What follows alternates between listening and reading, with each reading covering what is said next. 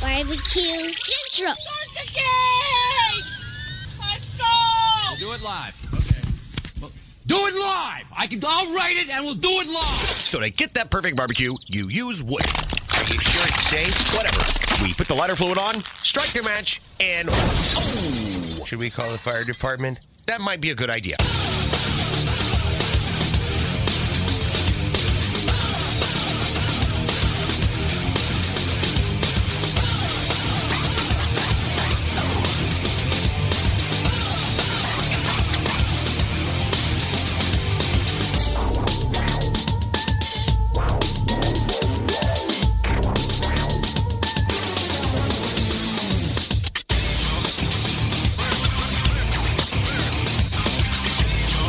Good evening and welcome to the Really Big Barbecue Central Show. This is the show that talks about all things important to the world of barbecue and grilling. This show originating from the Rock and Roll Hall of Fame city, Bomb City, USA, Cleveland, Ohio, the barbecue capital of the North Coast. I'm your program host, Greg Rempe. Happy to have you aboard here on your Tuesday evening's live fire fun and frivolity show. If tonight is the night you have marked on your calendar to take part in some way, here's your contact info. You can get in touch with the show by sending an email to Greg at bbqcentralshow.com. Follow us on all the social media channels at BBQ Central Show. And be sure to subscribe to the show podcast feed on your favorite podcast platform.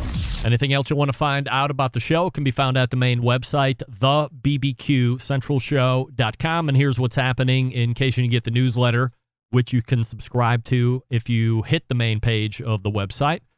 At the top of the navigation, it says a newsletter. Just pop in an email address. That's all you need. And every Tuesday around 3 p.m. Eastern, you will get that Barbecue Central Show newsletter giving you a heads up on what's happening later in the show that evening. Coming up in about 12 minutes from now, it's the first Tuesday of a new month, and there's only 2 months left in 2022, if you can believe it or not. The co-founder of How to Barbecue Right, the pit master of Killer Hogs competition team, after a month off, Malcolm Reed rejoins the show. And tonight we'll be talking about business with Malcolm Reed. Tonight we'll be talking about Thanksgiving, because in a handful of weeks it's going to be Thanksgiving. Malcolm has said more than once on his podcast, as he says, Thanksgiving. How does he say? I say Thanksgiving. He said Thanksgiving. It's a Southern thing, I think. That's his favorite holiday. I don't know if it's just like the favorite food holiday or if it's just his favorite holiday. Maybe every holiday that we're in the season of might actually be Malcolm's favorite holiday, and he's just playing all sides of the fence. Whatever it is, it's undeniable that Thanksgiving is coming in 3 weeks. So we want to make sure that we have you ready to rock and roll, knock it out of the park for the folks that might be coming over to your house, or maybe they've asked you to cook and bring something to their house. Whatever your setup is, we want to make sure you have a great chance of success. So we'll talk to Malcolm about that, amongst other things as well. So Malcolm in for his usual segment here shortly. 35 past the first hour. First time guest, from a big company called Char-Broil, Seth Sawyer will be joining us. Seth is product manager over at Char-Broil, and one of the things that we have been talking about here for the last number of months, it was a 100% assured question last week with the embedded correspondence, was, will you own one, and will it be a thing? That being full-size electric grills in 2023. They are available right now in 2022, but as we roll into the next grilling season, whatever that means to you, I've been saying, pontificating, predicting that full-size electric grills will really take hold next year, and it will be one of the hot things that people want to get their hands on, no pun intended. So Seth's going to be talking all about the Char-Broil Edge, how it came to be, and then what you can expect if you are in the market for a full-size electric grill. I was actually on the Jimmy Malone show here locally, WTAM 1100, earlier this morning, and we talked about new trends in the industry, and full-size electric grills was one of the things that we talked about. So looking forward to meeting Seth and then talking about the Edge and whatever else Char-Broil has to bring to the table here over the next handful of months and through the 2023 grilling season. That will close the first hour, and we'll move to the second hour. And joining me in his second hour first interview spot and or 14 past the second hour, we'll be joined by none other than my pal and not yours, Sam the cooking guy. Sam, literally fresh off a trip out of the country to, if I'm not mistaken, Japan and Korea, South Korea. So we'll talk to him about the trip, the food that he ate there, if he had to pick one to go back to immediately at my expense, which one would it be and why? Sam has long been a supporter and proponent of Japan. I think he said that if he had to retire anywhere, he would actually go and live in Japan. He's very taken with it, but we'll see what Korea brought to the table and if he might change his mind there. So Sam in his usual 14 past the second hour segment. And then we'll close it down tonight with also a new first-time guest, this time from a big company called Camp Chef.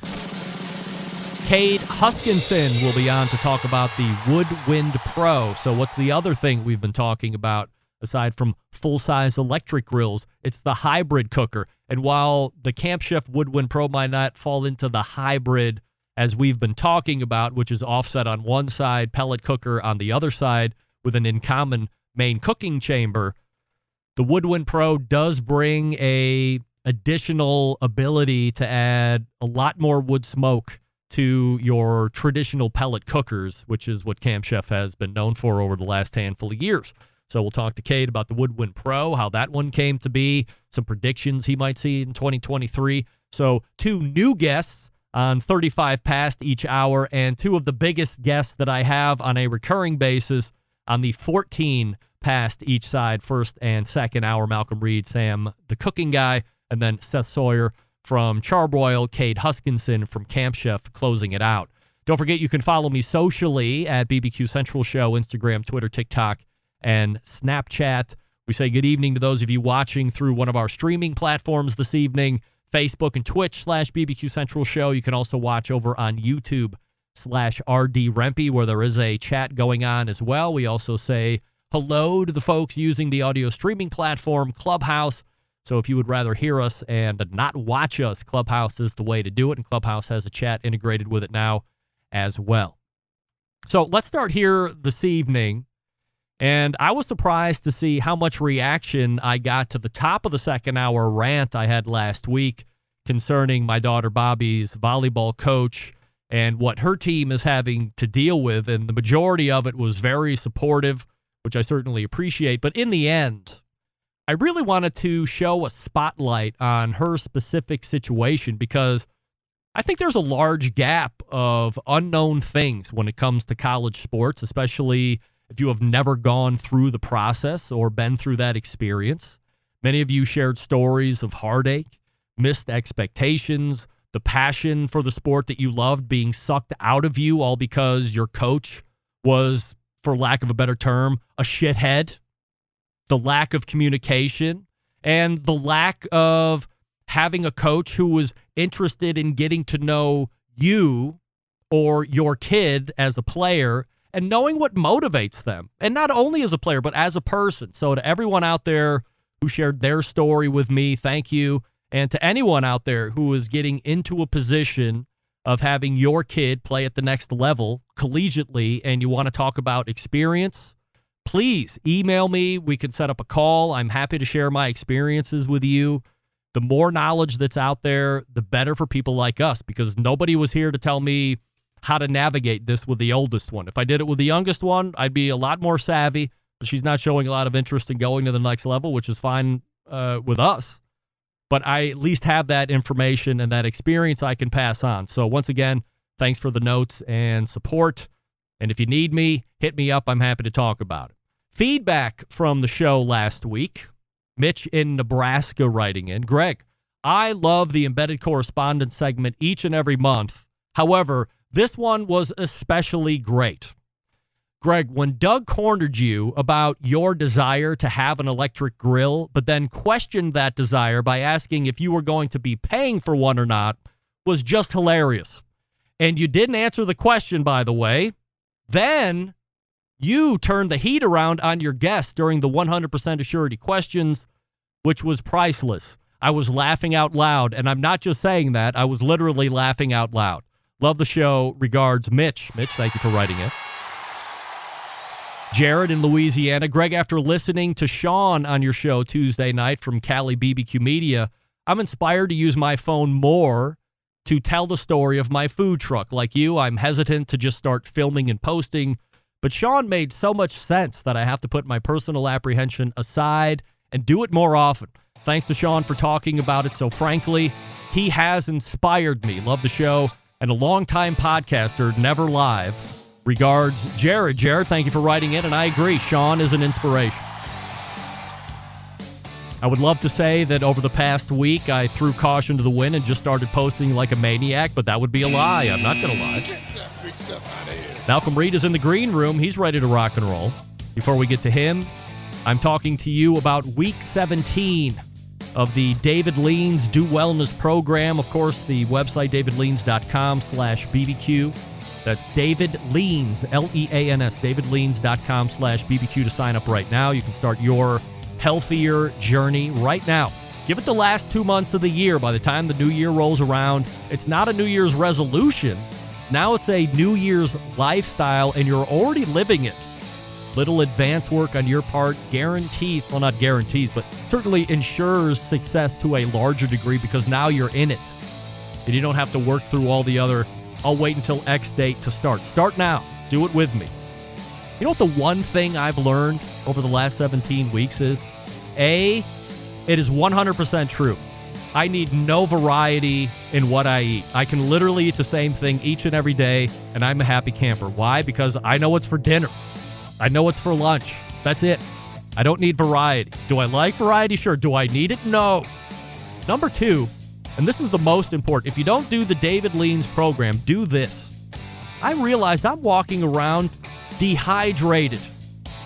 David's mandate or edict to me was at least 90 ounces of water a day. At least 90 ounces. So I have this huge hydro jug. It's 73 ounces. I'm having at least 2 a day. And what did I notice after a week? A, I'm hydrated properly. I'm tasting better. I feel better. Tastes in my mouth that I don't really like if I've eaten something don't hang out nearly as long. I'm just overall feeling better because I'm drinking water. Remember, we're mostly water as humans. So if you don't take anything away or you don't even want to attempt the Do Wellness program, which I highly encourage you to do because it has worked for me. And no, I'm not going to take my shirt off and show you how muscular I am. But trust me, I'm in shape. The best shape I've been in 30 years, probably. Fitness, muscularity, all this kind of things, thanks to David. We put the program together. I'm working the program. We're checking in, all the good stuff. But hydration is key. Do that if nothing else. davidleans.com to sign up right now or email me. And I'll tell you about all my experiences over the last 17 weeks. We're back with Malcolm Reed right after this. Stick around. Be right back. You're listening to the Barbecue Central Show.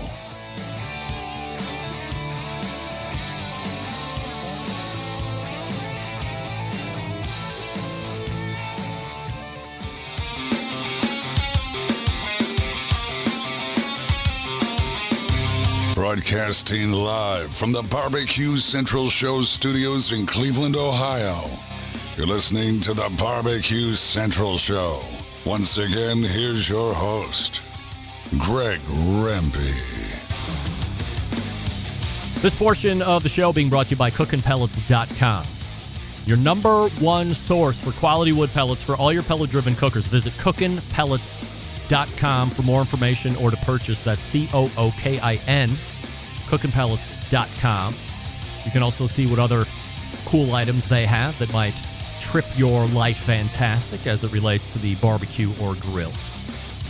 It is the first Tuesday of a month, 14 past the hour, and that means we are racing to the hotline and welcoming back friend of the show, the pitmaster of Killer Hogs, Malcolm Reed. Hey, Malcolm. What's up, Greg? How's it going, man? Malcolm, is there any way I'm going to convince you, like me, to get on board with my pal David Leans So we can get muscular and trade shirtless photos of each other down the road?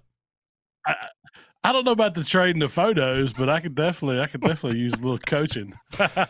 Malcolm, look, I'm not crying here, but how do we have someone named Mr. Make It Happen as a guest on your podcast, and your boy can't get a sniff? What's going on? Hey, man, when you get ready, the door's always open, Greg. You can come down and do it live with us. Who's Mr. Make It Happen? I met him through a buddy of mine, AB. I don't know if you know Smoking and Grilling with AB on YouTube, but he was from out in LA, and he was one of his guys. He's done some collabs. I just thought it was interesting, and AB asked if I'd want to talk to him on my show, and Tyler kind of set it up, and we just had him on for a segment. And it's interesting to see how somebody else gets into the YouTube thing, and he kind of fast tracked it. So me, I've been doing this for a long time, and it took a long time to get to where we are. And you've got guys that have come in, and since COVID hit in 2 years, they're hitting the top and passing what I'm doing, and it's just crazy how the platform's changed. The thing that stuck with me as I was listening to his interview was he said it. I think I don't want to say he lucked into it, but he just hit at the right time. He was in the heart of COVID. Everybody's looking for any kind of entertainment to consume, and he jumps on. He had some kind of an inkling to start a cooking show somewhere, but then just everything just started lining up, and boom. Of course, you have to film it right, and the content's got to be good. You got to be engaging. You have to have all these positives that are going your way too, but being able to hit it at the right time, and what better time was there over the last 2 years? Like you said, you can experience a lot more success than the Malcolm Reed, who everybody sees with 1.5 million YouTube subscribers right now, but it was 16 years to be an overnight success for you.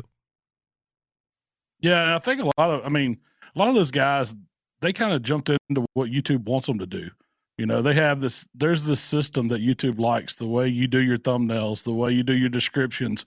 You're playing the game they want you to play, so it kind of feeds you out to their algorithm a little more. And we've always just kind of done it our way without looking at that. But it's kind of changing the way we're thinking about doing some things too, because if you want to get those views, you've got to, you kind of got to give them what they want on all sides, the viewer, YouTube as a whole. There's a lot more goes into it than just recording and editing a video and uploading it.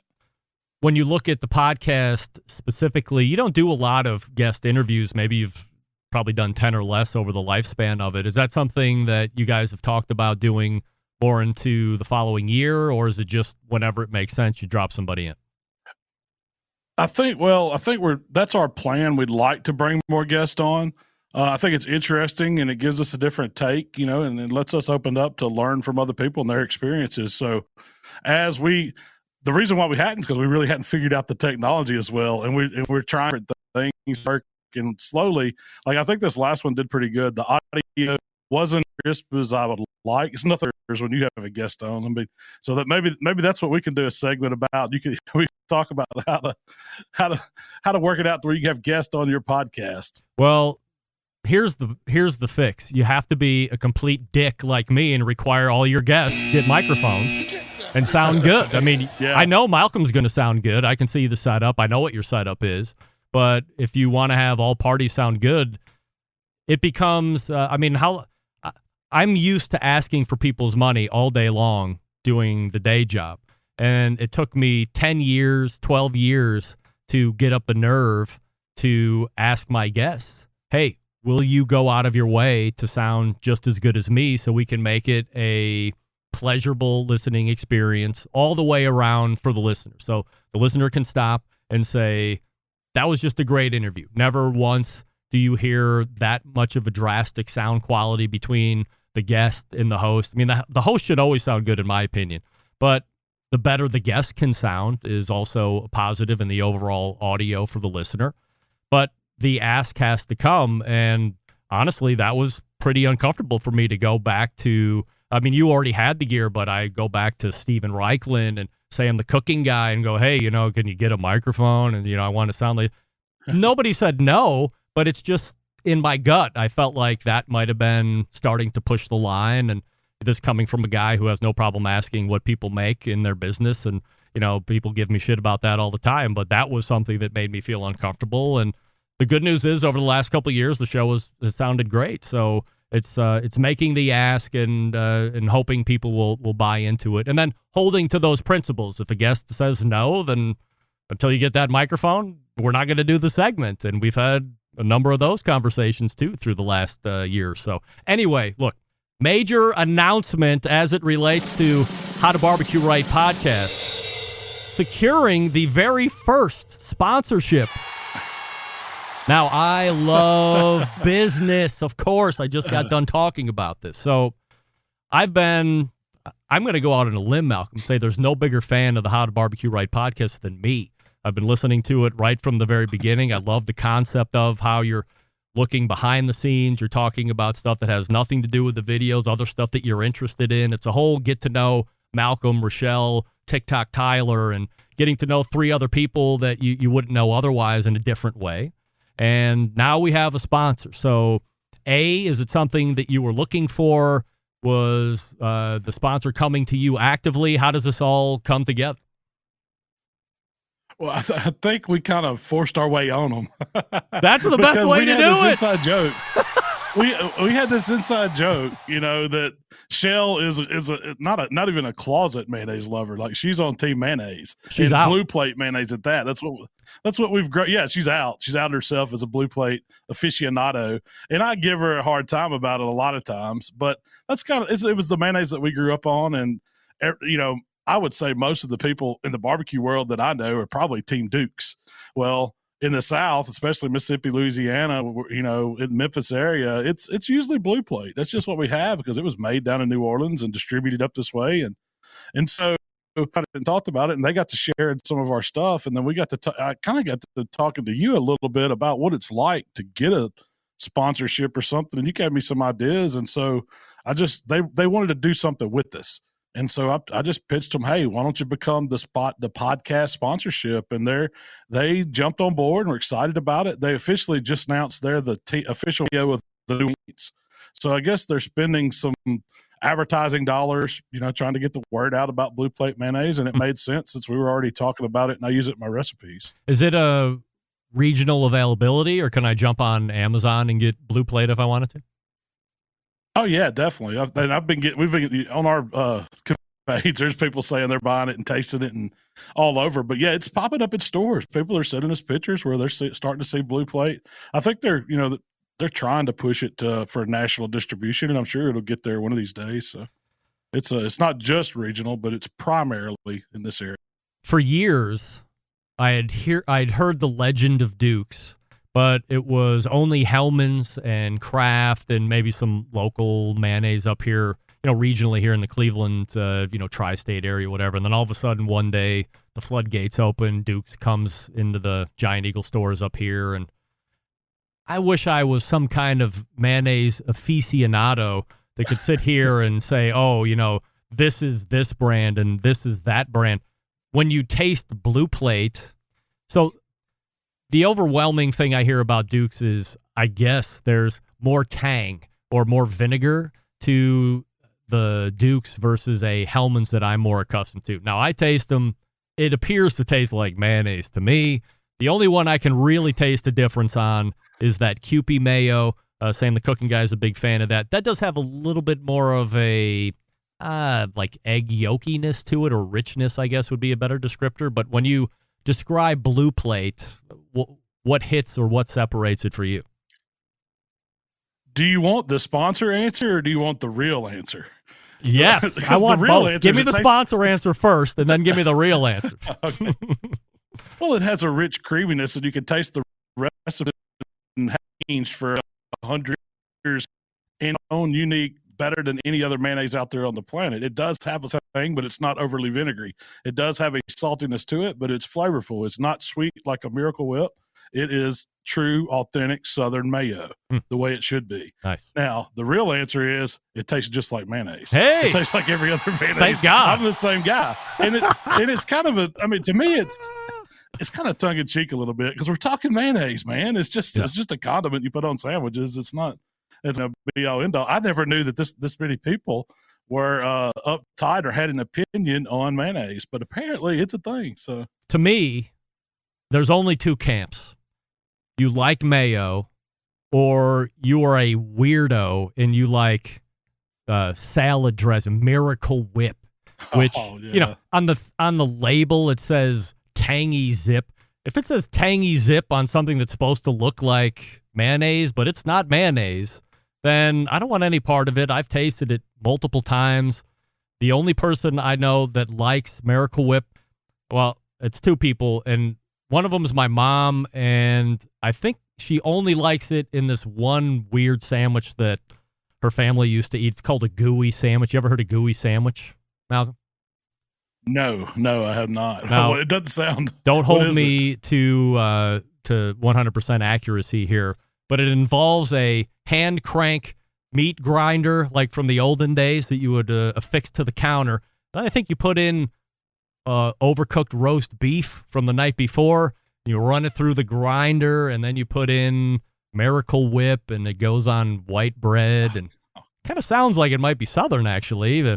But geez, you put in that Miracle Whip, and it's a loser for me right off the bat. I could see grinding some overdone roast beef for some kind of a sandwich, but once you incorporate the Miracle Whip, I'm out.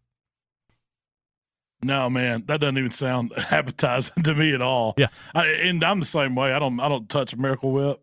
I think my mom has a recipe for like some kind of an egg salad where it calls for Miracle Whip, but that's not something I would eat. I don't like it, man. If I'm using a white creamy condiment, it's going to be mayonnaise, real mayonnaise. 100%. Malcolm and I will eat the other kinds if I'm out. Well, sure, because we believe it tastes like mayonnaise. We like mayonnaise, so why not? Let's talk about the latest video that's up on the YouTube channel, which is the Cajun pork loin sandwich. And one of the things, so I've been a long time proponent and proselytizer that beef tenderloin is widely overlooked, widely underrated. People should be on that way more. But we're talking about pork loin, which is, I think, an even better value and an even better way of cooking a large amount of food for a large audience. And it's very inexpensive. So talk to me a little bit about pork loins and then how you came up with the recipe for the Cajun pork loin. Yeah, well, that one was one I was working, just like you said, I was wanting to work on a recipe that we could do. We go to deer camp with all my buddies. And, of course, cost is always part of the equation. So I was looking for something that a really good sandwich that wouldn't break the bank. Kroger had pork loin sale, $1.99 a pound. So I got this 5-pound big chunk of pork loin for 10.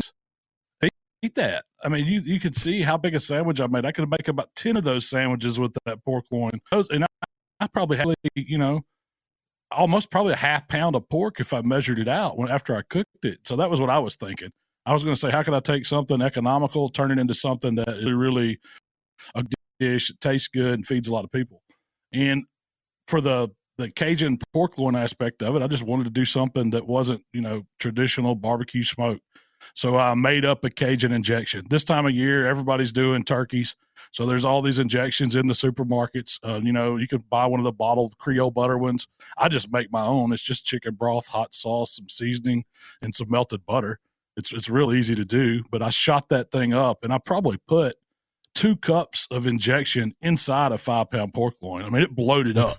And the great thing about it is it doesn't lose a lot of its weight, so it stayed moist inside. Season the outside. Well, one, a lot of times you cook those pork loins, they'll have like a thin fat cap over them. And, you can trim it off, but the pork loin itself is so lean that a little fat helps it. So I just scored it. And then I rubbed it down with some spicy Creole mustard to give some of that graininess to it. Like that doesn't disappear. Like when you use regular yellow mustard, you can't really tell it's on the side of it. But when you use that Creole grainy mustard, you get that crushed mustard seed. Some of those spices that's in it stays on the outside. It has a little bit of a horseradishy bite to it.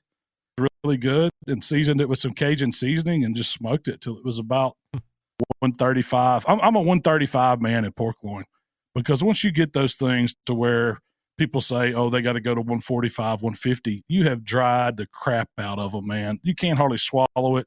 It's just tough. And so if you take it to 135, let it carry over to about 140 and you slice it, you can wring the moisture out. It is soft. When you bite into it, it melts in your mouth. And that's what makes it so good. Malcolm, we have about 3 weeks until Thanksgiving, which is a favorite holiday of yours. So what's on the menu this year at the Reed household?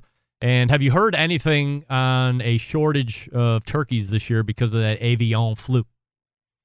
So I've been hearing that and seeing people post it and people taking orders for turkeys and dinners and all that stuff. They say there's a shortage.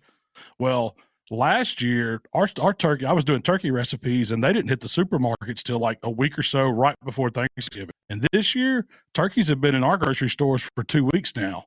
I've already bought several and did a recipe last week that was something different. I've got a couple more that I'm thawing out, gonna brine and do another recipe with, and I'm cooking turkey breast for our Thanksgiving. So I haven't seen it yet. I've seen people talking about it.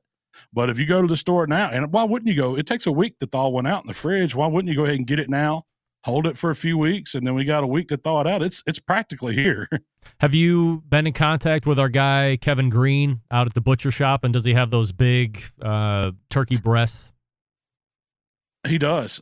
He actually, Mark, who stepped in for me last, got a couple of them. He's working on some recipes for him. But we talked to Kevin.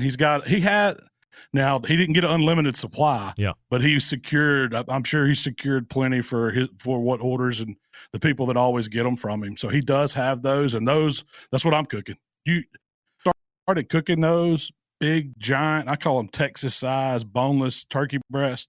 It's a game, man. It's all 100% white meat turkey, and it tastes so good. It's better than just a whole frozen bird any day. Are those enhanced, or do you either inject or brine? I always eject them. They're not in the pack. I mean, don't.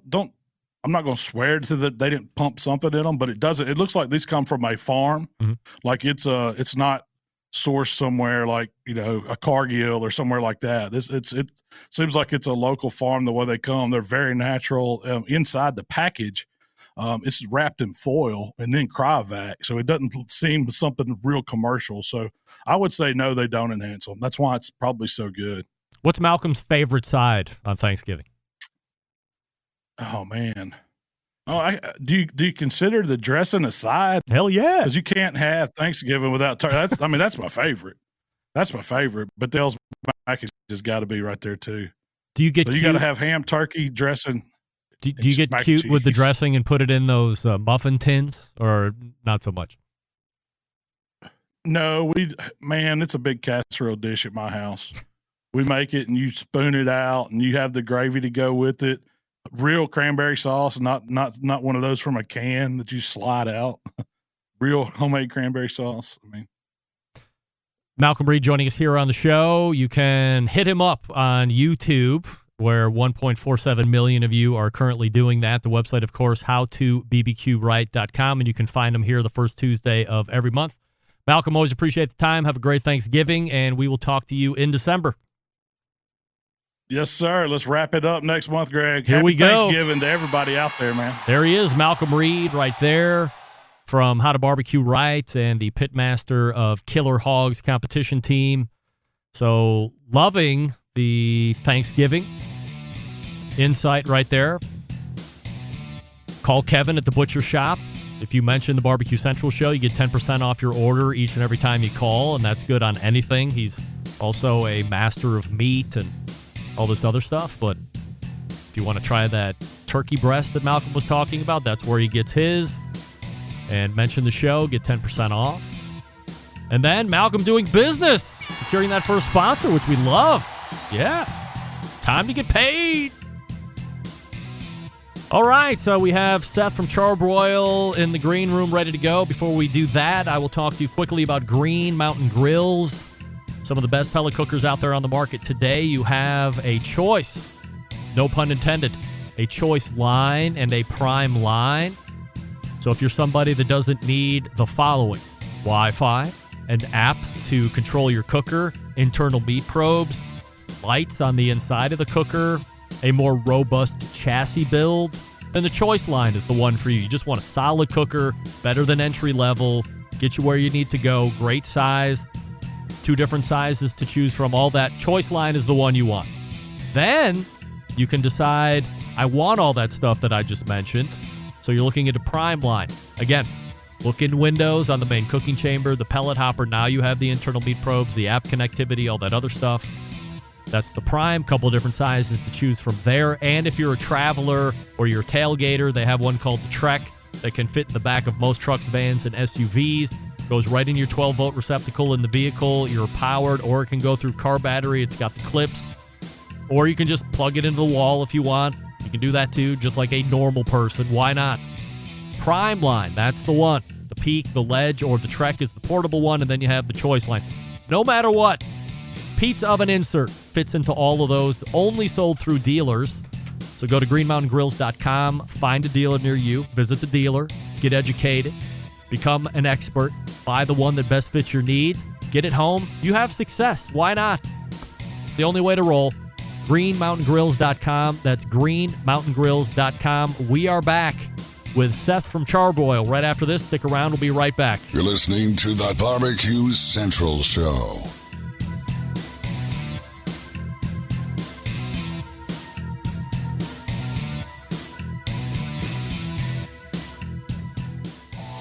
Howard Stern, Jim Rome, Dan Patrick, and Greg Rempe. The Mountain Rushmore of talk show entertainment.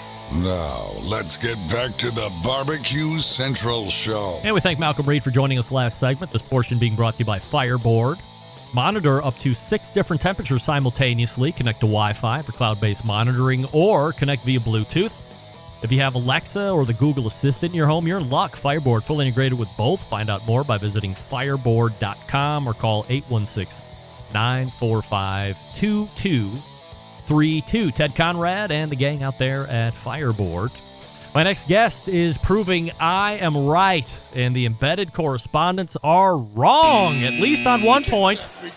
That being the legitimacy of full-size electric grills coming into the market. The Edge was released earlier this year, and here to talk about how it all came to be and what you can expect from it if you're considering buying it is the product manager for Char-Broil. We race to the hotline and welcome first-timer to the show, Seth Sawyer. Hey, Chef.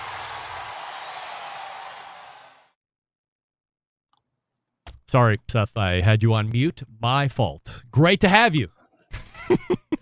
Thanks. That's all right. Thanks for having me on. All right, Seth. So before we dig into the Edge and some of the other cool things that Char-Broil has going on here through the rest of the year, potentially leaking into 2023, since it's your first time on the show, a little information about you, where you're at home base-wise, what you do professionally, and what you might have done previous to Char-Broil. Yeah, so I'm based out of Char-Broil's headquarters, which is in Columbus, Georgia, so about an hour or two south of Atlanta.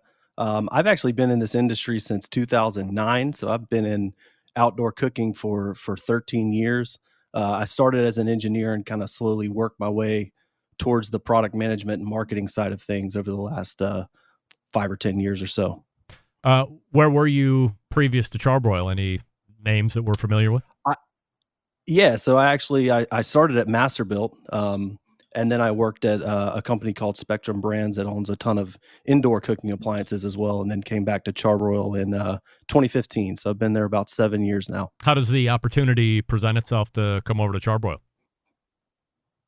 You know, I'm from Columbus originally, and so when I had a chance to come back, I was in Wisconsin when I was in with the other company, and I was always looking for a chance to come back. Wisconsin was great. I love Madison, but it's a little cold for me, being a Georgia kid. And so when I had the opportunity to come back to a company in my hometown, no less, that was a pretty easy decision to make. Did you ever partake in tiger meat sandwiches up there? You know, I never did. I heard of it, but I never did. Well, thank God. Oof. Otherwise, we'd be getting your breakdown of tiger meat. There's another name for it, too, that I can't think of right off the top of my head, but tiger meat sticks in my head. So there's this guy that used to F with me to no end up in that neck of the woods, and he would come out of the grocery store, roll tape with him in his car, busting open the ground beef package and like eating it right out of the package, Oh, you no. know? So Yeah. foregoing the toasty square and the slivered onions and cracked black pepper to make it a true, tiger meat sandwich. But yeah, he was just into eating the raw ground meat. And I was like, dude, one of these days you're going to pay for that and we're going to have it on tape and we're all going to laugh at you on the show. But unfortunately, that didn't come to be. Anyway, Seth, happy to have you on the show here. Once again, the website, charbroil.com, if you want to check it out as we're talking here. So over the course of the last number of months, we've been talking about things that are currently a thing, but we think are going to be the thing next year in 2023. And earlier this year, there were two things that were introduced by Char-Broil that stand out to me. The Edge is the second one. We'll talk about that here in a second. But the first one is something we had long wondered about, clamored about, asked about, which is how come there can't be a thermostatically controlled gas grill? You look in your house, you see the oven. It seems, from a concept standpoint, fairly similar, but from all accounts, not similar. And then March, April of this year, Char-Broil has a big release and shows the cruise. So if you could just high level the cruise, where it's available and what the reception's been like in the market. Yeah, so the cruise is available at Lowe's and as well as charbroil.com. So it was the first thermostatically controlled gas grill that we launched earlier this year. Like you said, the whole point of it is we wanted to get away from this traditional kind of low, medium, and high. We've done a ton of research. We've watched a lot of people cook. We noticed some of the same kind of pain points where temperature management, seemed like it could be a little bit better. And so rather than kind of making the grill more precise, but still with the same control method, we thought, why don't we just, kind of embrace a more specific way of controlling temperature and just no more low, medium, and high. Let's dial in some exact temperatures and let the grill kind of do the work for you from there and hold at those temps, the whole time you're cooking. How are you seeing entry into the market? People pretty accepting of it?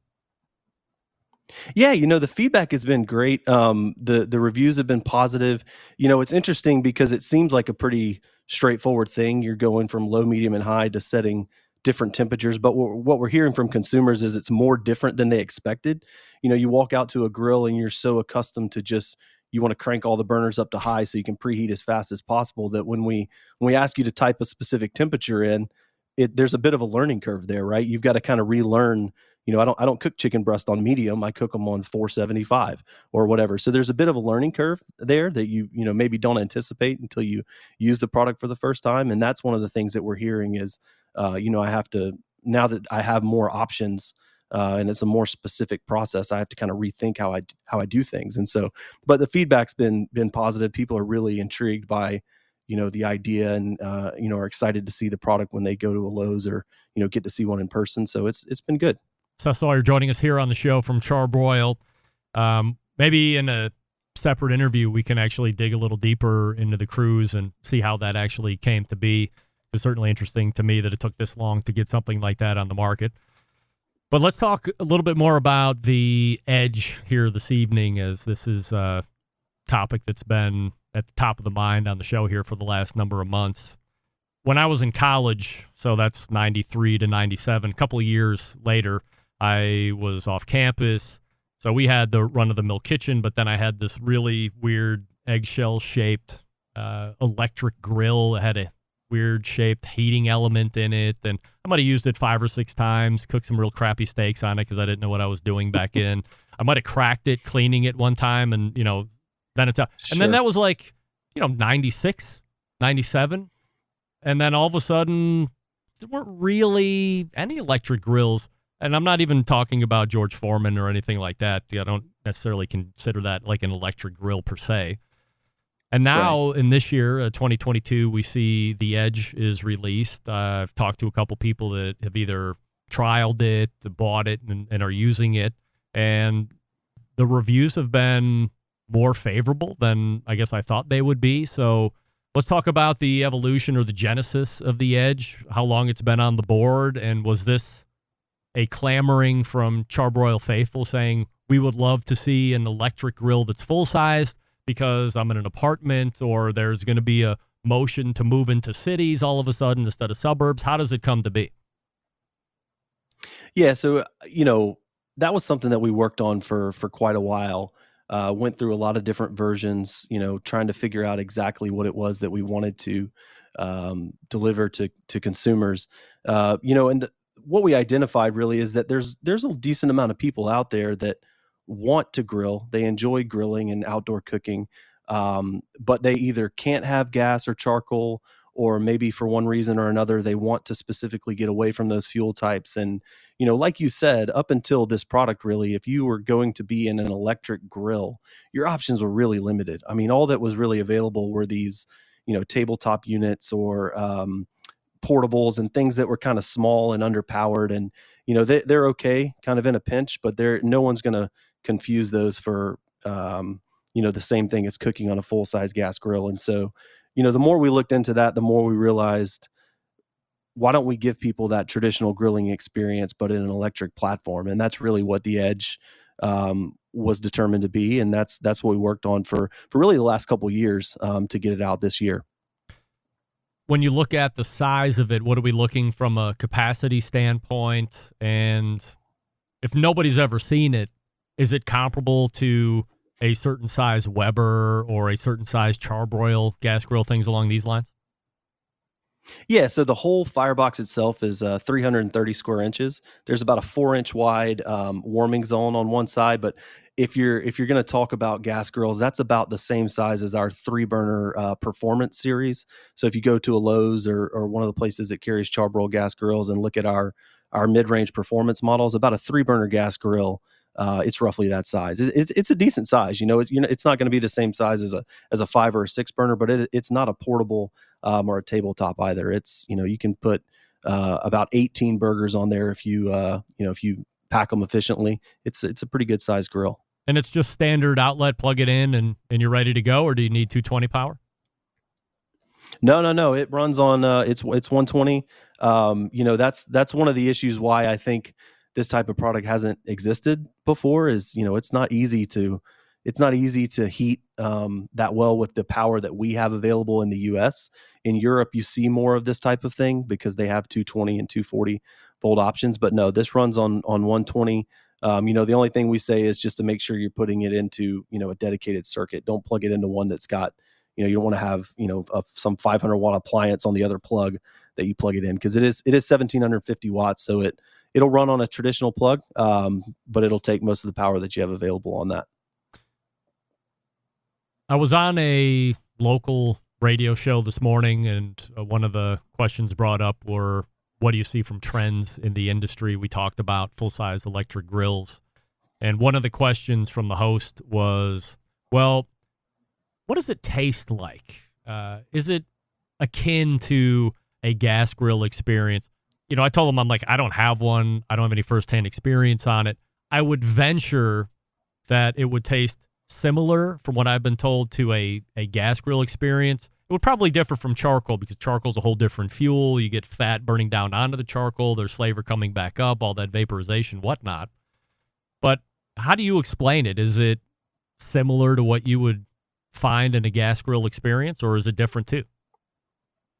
It is absolutely similar. So, to your point, cooking over charcoal or any type of live fuel is really a different thing, right? You got different combustion characteristics and smoke and things going into the food. So that's a different story. But when you compare it to a gas grill, I am highly confident that I could do a blind taste test and you would not be able to tell which came off which. I think there's a lot of misconceptions out there that, when it comes to grilling, that actual flames themselves on a gas grill are creating, certain flavors. And that's really what you need is heat. It's just that electric grills, until this one, haven't been able to get hot enough to replicate the heat that you can get on a gas grill.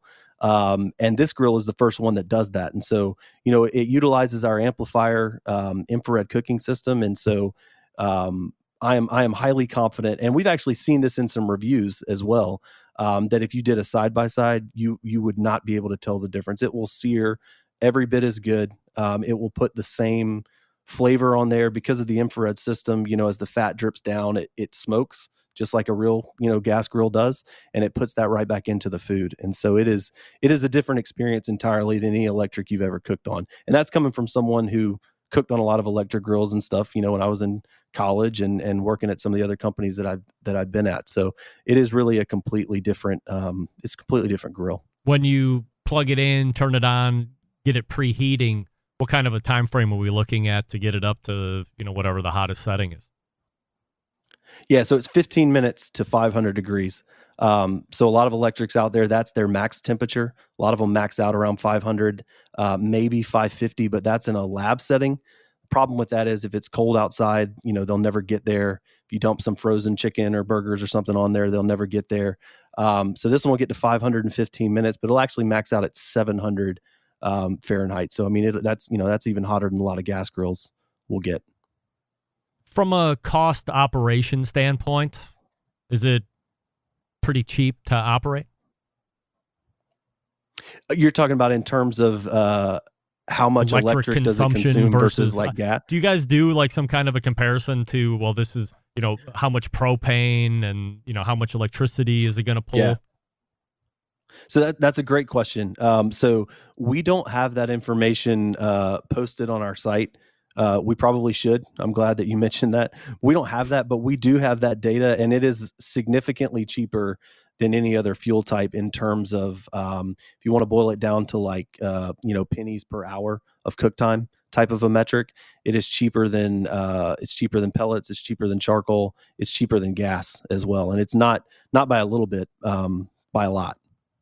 So we're looking at Lowe's for this one too, or is this a different captured store market for the Edge?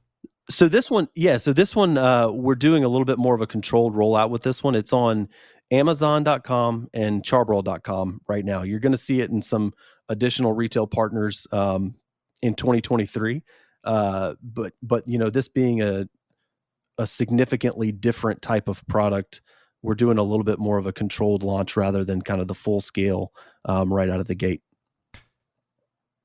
As we look into 2023, if full-size electric grills, I'm betting are going to be a thing next year, what are the things that you guys looking at potentially rolling out, or what do you think might be trending next year that we might not be considering at this point? Yeah, I think, the interesting thing is electric will allow you to do some other things that you can't on other fuel types. I mean, it's a little bit more of a controlled cooking experience. It's a little easier to control electric than it is gas and live fire. And so that's going to allow people to do, I think people can do more versatile stuff on an electric than you can on some other fuel types, just because it is so controlled.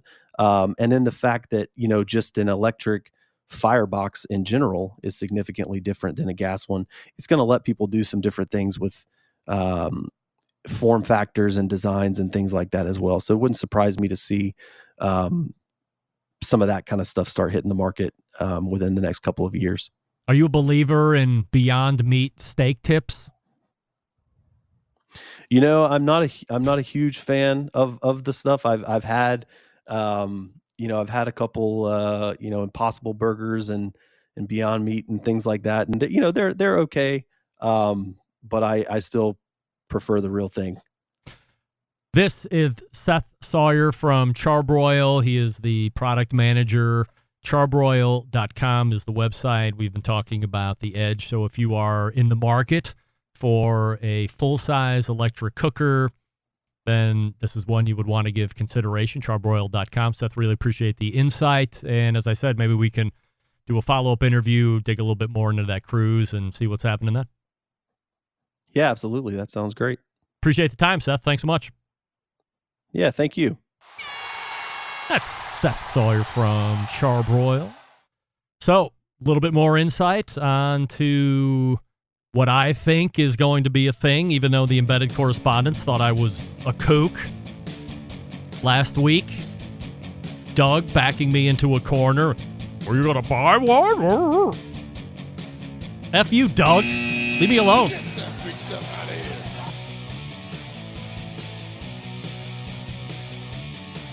Like, if you're not interested on that alone, like the cooking experience, We both agree charcoal's different, live fire is different. But between gas and electric, blind taste test, nobody can tell the difference. Like, that's got my interest right there.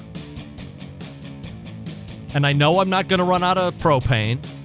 Now, do I have to worry that much like the gas grill, if I don't turn it off, it's just going to eat up electricity? Yes. But it's probably less expensive to do that than it would be to pipe natural gas into that grill and leave it on for a week, right? Absolutely. Get that big stuff out of here. All right, we are going to wrap the first hour in just one moment. If you have any questions, thoughts, emails, and or otherwise, hit me up, Greg, at thebbqcentralshow.com. You can get me socially at BBQ Central Show on the Twitter, Instagram, TikTok, or the Snappy Snaps. We will come back to wrap the first hour right after this. Stick around. We'll be right back.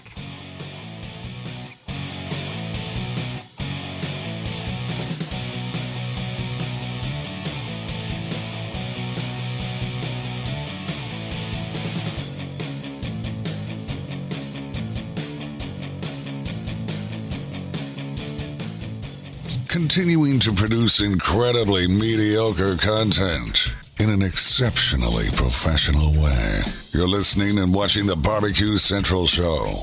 Once again, here's your host, Greg Rempe. Welcome back, and we thank Seth Sawyer from Char-Broil, the product manager over there, talking about the Edge. High level on the cruise. We'll dig into that more in a subsequent interview. Charbroil.com, their website. As he had mentioned, if you're interested in the Edge, a little bit more of a controlled rollout, so you either have to go to charbroil.com and order, or a fledgling website that he had mentioned, Amazon.com, and you order through there. But those are your only two ways to get your hands on one of those. Derek Riches has one, and he was fairly impressed with that. Also, our new friend Wes Wright over at cookoutnews.com did a full-depth interview over on his website. And he was certainly more of a fan than he wasn't. I believe he said one of his cons were heat up time, but that was also part of his expectation as well. So in the grand scheme of things, wasn't that big of a deal. And as Seth was talking about last segment, to get to 500 degrees, it's about 15 minutes. So if you're looking at a similar, is the gas grill going to heat up to 500 degrees in less than 15 minutes? I would venture to say 100% yes. What about charcoal? Well, you got to get charcoal going. Even in a charcoal chimney, I would say best guesstimates, 15 minutes. And now you're not even looking at a cooking temperature at that point. The charcoals are just ready to go, and you're dumping them out. And then, like, for somebody like me, I know what I'm doing. I don't have to worry about that. But if you're a novice on charcoal, probably a little bit apprehensive. So electric might be a little bit more up your alley, so we'll see how it goes. I'm absolutely interested. I've been offered 0 free grills, so don't even come at me on that. Interesting conversation, and we'll take it from there, and we'll track to see how it actually pans out here over the next handful of months and weeks, or weeks and months, especially as the year comes to a close, as we begin November here this very day. We are getting ready for the second hour. We will have Sam the Cooking Guy. We will have Cade Huskinson from Camp Chef.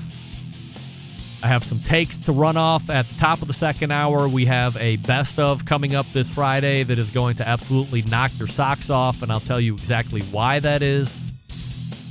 You can jump in as well through social media or through our audio streaming platform, Clubhouse. There is a chat in Clubhouse too. Hit that little balloon up at the top of the room, and you can get into the chat with each other there if you would like. All right, go ahead and refresh your libations. We are pointing to the second hour. You're listening and watching the Barbecue Central Show right here on the Barbecue Central Network. Stick around. We'll be right back.